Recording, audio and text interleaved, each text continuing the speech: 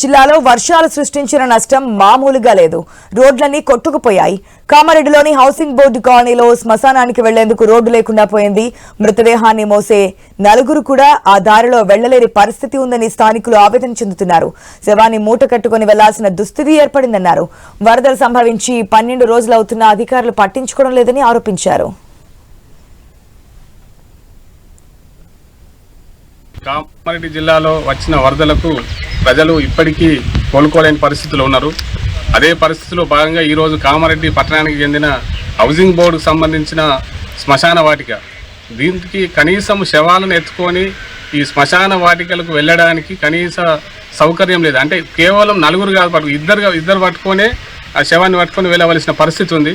కాబట్టి ఇప్పటికీ 15 రోజులు అవుతుంది. కానీ ఇప్పటికీ ఇక్కడ ఉన్న అధికారులు కానీ ఎవరు ఇక్కడికి వచ్చి దీన్ని పరిశీలించినట్టు లేదు.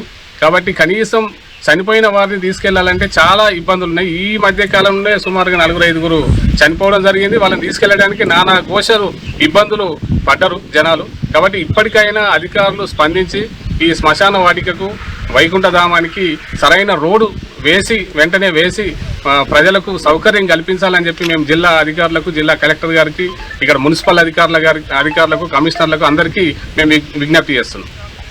ఏదైతే వరద ప్రభావానికి జిల్లా ప్రజలు నానా ఇబ్బందులు పడ్డారో, పంటలు కొట్టుకుపోయి ఇండ్లు మునిగిపోయి ఆ ఇబ్బందులు ఒకవైపు వేధిస్తూ ఉంటే, రెండో వైపు చనిపోయిన శవాలను ప్రశాంతంగా పూడ్చే పరిస్థితి కూడా లేకుండా ఈ అధికారుల పనులు ఉన్నాయి.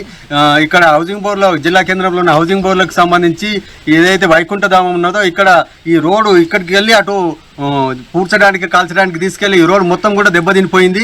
ఒక్కరు కూడా సింగిల్గా కూడా దాటే పరిస్థితి లేదు. శవాన్ని నెత్తి మీద పెట్టుకొని పోవాల్సిన పరిస్థితి ఈరోజు అధికారులు కల్పించారు. ఇది సరి చేయలేదు. కరెంటు లేదు, పోల్స్ పడిపోయినాయి, కరెంటు పడిపోయింది.